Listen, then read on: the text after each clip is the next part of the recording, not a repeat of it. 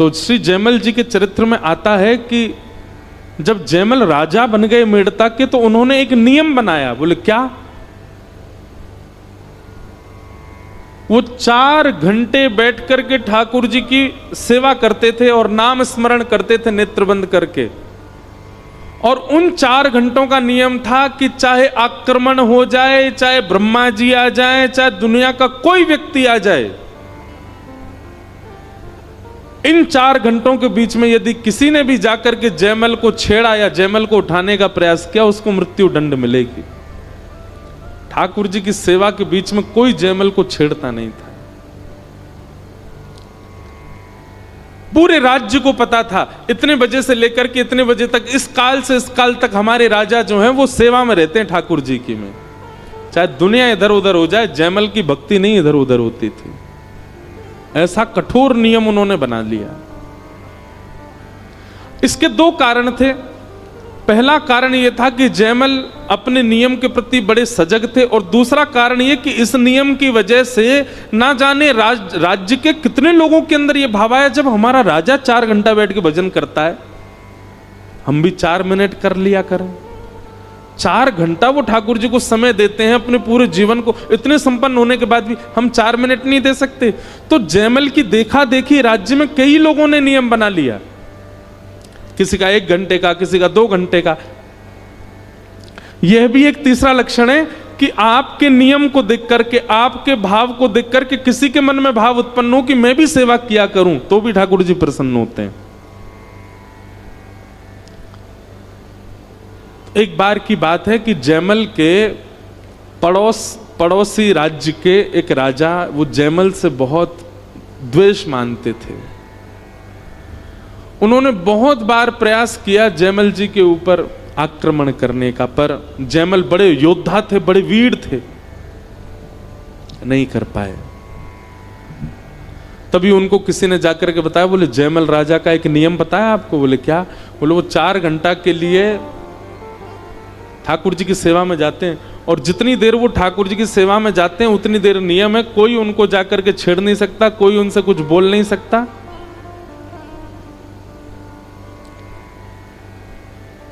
अगर हम लोग उस काल में चढ़ाई कर दें मेड़ता पर, तो हम विजय प्राप्त कर सकते हैं, क्योंकि सेना भी बिना राजा की आज्ञा के तो आक्रमण करेगी नहीं। तो हम लोग पूरे मेड़ता को घेर करके चढ़ाई कर देंगे। तो पड़ोसी राजा ने कहा ये उचित समय है, और उन्होंने अर्धरात्रि में ही पूरी सेना इकट्ठी करके मेड़ता पर चढ़ाई कर दी। और मेड़ता ठीक उस समय पहुंचे जिस समय जयमल अपने भजन में बैठ गए थे, और सामान्य सेना नहीं थी। वर्णन आता है, बोले इतनी सेना लेकर के गए, इतनी सेना लेकर के गए कि पूरा मेड़ता चारों ओर से घेर लिया। इतने मेड़ता में जन नहीं रहते थे जितनी सेना ने आकर के मेड़ता को घेरा। मेड़ता को घेर लिया और बस आक्रमण करने ही वाले थे, चढ़ाई करने ही वाले थे, कब्जा करने ही वाले थे। यहां मंत्री, महामंत्री, सेनापति आदि सब दौड़ने लगे, क्या करें? बोले ये तो वही काल है, राजा हमारे भजन में बैठे, बीच में विक्षेप डाल नहीं सकते। तब सबने जाकर के जयमल की माता जी, राजमाता से जाकर के कहा, आप कोई निदान बताओ। राजमाता को अधिकार है कि वो जयमल के भजन के बीच में जाकर के जयमल से कुछ बात कर सकती है। राजमाता ने कहा, रुको मैं जाकर के बात करती हूं। तो जयमल अपने साधना में बैठे थे, भगवान की सेवा आदि करके, पूजा निवेदन करके, श्रृंगार आदि करके, नाम जप करके, इत्र की सुगंधी फैली है, सुंदर दीप जले हैं, और जयमल नेत्र बंद करके ठाकुर जी का मानसी चिंतन कर रहे हैं। तभी राजमाता ने जाकर के कहा, पुत्र जयमल, हमारे मेड़ता पर पड़ोसी राजा ने चढ़ाई कर दी है, चारों ओर से सैनिकों ने घेर लिया है। तुम्हारी आज्ञा के बिना हम कुछ कर नहीं पाएंगे। तुम्हारी साधना ना छूटे, तुम्हारा भजन ना छूटे, ये हमारा प्रयास है, पर कुछ तो आज्ञा करो। अरे कुछ नहीं तो केवल आक्रमण ही बोल दो, मंत्री, सेनापति, महामंत्री सब संभाल लेंगे। जयमल जी ने बाकी बात तो नहीं सुनी, केवल इतना सुना कि मेड़ता को पड़ोसी राजा ने घेर लिया है।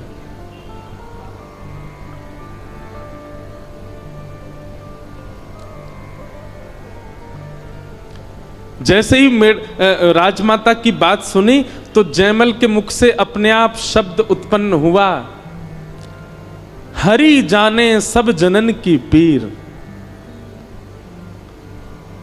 हरि सब लोगों की पीड़ा समझते हैं और हरि हमारे रक्षक हैं, तो हरि ही रक्षा करेंगे। मानो उन्होंने राजमाता को कह दिया, आप चिंता मत करो, ठाकुर जी सब मंगल करेंगे, ठाकुर जी सब सुरक्षा कर देंगे। और जयमल अपने दोबारा भजन में ही बैठ गए।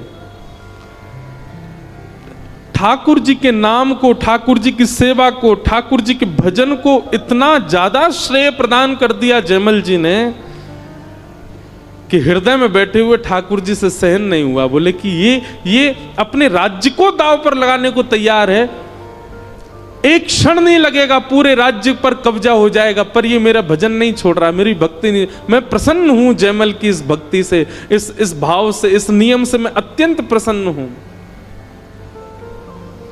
और जब जयमल ने कहा है तो फिर रक्षा मैं ही करूंगा।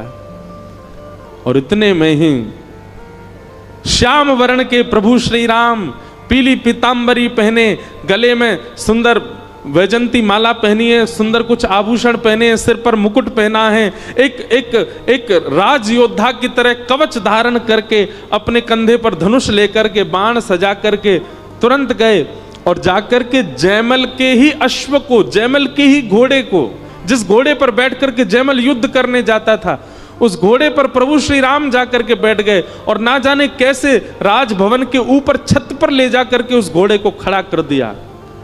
चारों ओर दृष्टि घुमा करके प्रभु श्री राम ने देखा और ऊपर छत से ही कूद पड़े रणभूमि में। उनकी छटा देख करके, नैनों के कटाक्ष देख करके, उनके आव भाव देख करके, जितनी सेना लेकर के पड़ोसी देश का राजा आया था, वो सेना प्रभु श्री राम ने एक भी बाण नहीं चलाया, केवल घोड़े पर बैठ करके छत से नीचे कूद गए। उनकी छटा देख करके, उनका रूप देख करके, उनका यौवन देख करके, उनके अंग की सुगंधी से जितनी सेना आई थी सारी सेना मूर्छित होने लगी। और देखते ही देखते पूरी सेना मूर्छित होकर के जैसे मानो सुसुप्ति अवस्था में पड़ गई हो, अपने अस्त्र शस्त्र छोड़ करके सब लेट गए। और पूरी सेना को क्षण भर में समाप्त करके, इस प्रकार सुला करके प्रभु श्री राम ने रणभूमि से वापस आकर के घोड़ा छोड़ दिया और अपने मंदिर में जाकर के व्यवस्थित हो गए। यहां 4 घंटे पूर्ण हुए जयमल के, और 4 घंटे पूर्ण होते ही प्रभु को प्रणाम किया, तुरंत उसने आज्ञा कर दी, तैयारी करो, रणभूमि पर जाना है, सेना तैयार करो। आज्ञा होते ही मंत्री, महामंत्री, सेनापति सब दौड़ने लगे, पूरी सेना इकट्ठी होने लगी। जयमल ने जाकर के कवच आदि पहने, मुकुट पहना, हाथ में अपने वज्र आदि जो भी रखता था सब लिए। मेरा घोड़ा लेकर के आओ। जैसे ही घोड़ा लेकर के आए तो घोड़े में से ऐसी अद्भुत सुगंधी आ रही थी जिसको लेकर के एक बार को जयमल के भी नेत्र बंद हो गए। जयमल देख करके घोड़े की स्थिति पहचान गए कि इसके खुरों में मिट्टी लगी हुई है, इसकी सांस बहुत तेज चल रही है, ऐसा लग रहा है मानो ये दौड़ करके आया है। थोड़ी देर तो कुछ अनुभूति सी हुई, उसके बाद जयमल ने कहा विलंब नहीं करना है, चढ़ाई हो जाएगी, दूसरा घोड़ा लेकर के आओ। और जैसे दूसरे घोड़े पर बैठ करके सेना लेकर के राज दरबार का मुख प्रमुख सिंह द्वार जैसे ही खुला, बाहर निकल करके जयमल अपनी सेना के साथ आया तो क्या देखता है, असंख्य सेना है पर सारी सेना सोई हुई है, सब पड़े हुए हैं, सबके अस्त्र शस्त्र गिरे हुए। जयमल ने कहा ये कोई षड्यंत्र है या ये मैं कैसा दृश्य देख रहा हूं, ये सब लड़ क्यों नहीं रहे, युद्ध क्यों नहीं कर रहे मेरे साथ। अपने सैनिकों को जाके देखो इनको। सैनिकों ने जाके देखा, बोले घायल नहीं है महाराज जी, इनको एक भी बाण नहीं लगा, एक भी तलवार नहीं लगी है, सबकी श्वास चल रही है, जीवित हैं, पर पता नहीं सुसुप्ति अवस्था में है। जयमल ने कहा वो राजा कहां है जो चढ़ाई करने आया था? अपने रथ में वो भी सुसुप्ति अवस्था में पड़ा था। जयमल दौड़ करके उसके पास गए, उसके ऊपर पानी का छिड़काव किया, वो होश में आया। जयमल ने पूछा ये सब तुमने क्या किया? अपनी सेना लेकर के आए, चढ़ाई नहीं की तुमने, और उसके बाद अब युद्ध में ये सब सो क्यों रहे हो? क्या कर रहे हो? वो राजा जैसे ही होश में आया, होश में आते ही जयमल का हाथ पकड़ लिया, बोले भगवान मैं आपके पांव पड़ता हूं, मैं आपके आगे हाथ जोड़ता हूं, जीवन में कभी आपसे शत्रुता मोल नहीं लूंगा, अपनी सेना लेकर के वापस चला जाऊंगा, अपना मुकुट उतार करके आपके चरणों में रखता हूं, केवल मेरी एक कामना पूरी कर दो। जयमल जी बोले बताओ क्या कामना है? बोले जिस एक सैनिक को तुमने बाहर भेजा था उस सैनिक का दर्शन करा दो। जयमल अपने मंत्री, महामंत्री, सेनापति से किसको भेजा था बाहर? बोले महाराज हम आपकी आज्ञा के बिना एक पत्ता नहीं हिला सकते, हमने किसी को नहीं भेजा। किसको देखा तुमने? कौन था वो? बोले श्वेत अश्व, घनघोर उसका आकर्षण रूपी स्वरूप उस अश्व का, उसके ऊपर नील वर्ण का वो योद्धा, कवच पहन करके, हाथ में धनुष बाण लेकर के, तुम्हारी छत से ही अश्व कूदा दिया उसने। हम तो वही देख करके हैरान रह गए, इतनी ऊंचाई से अश्व से कैसे कूद सकता है कोई?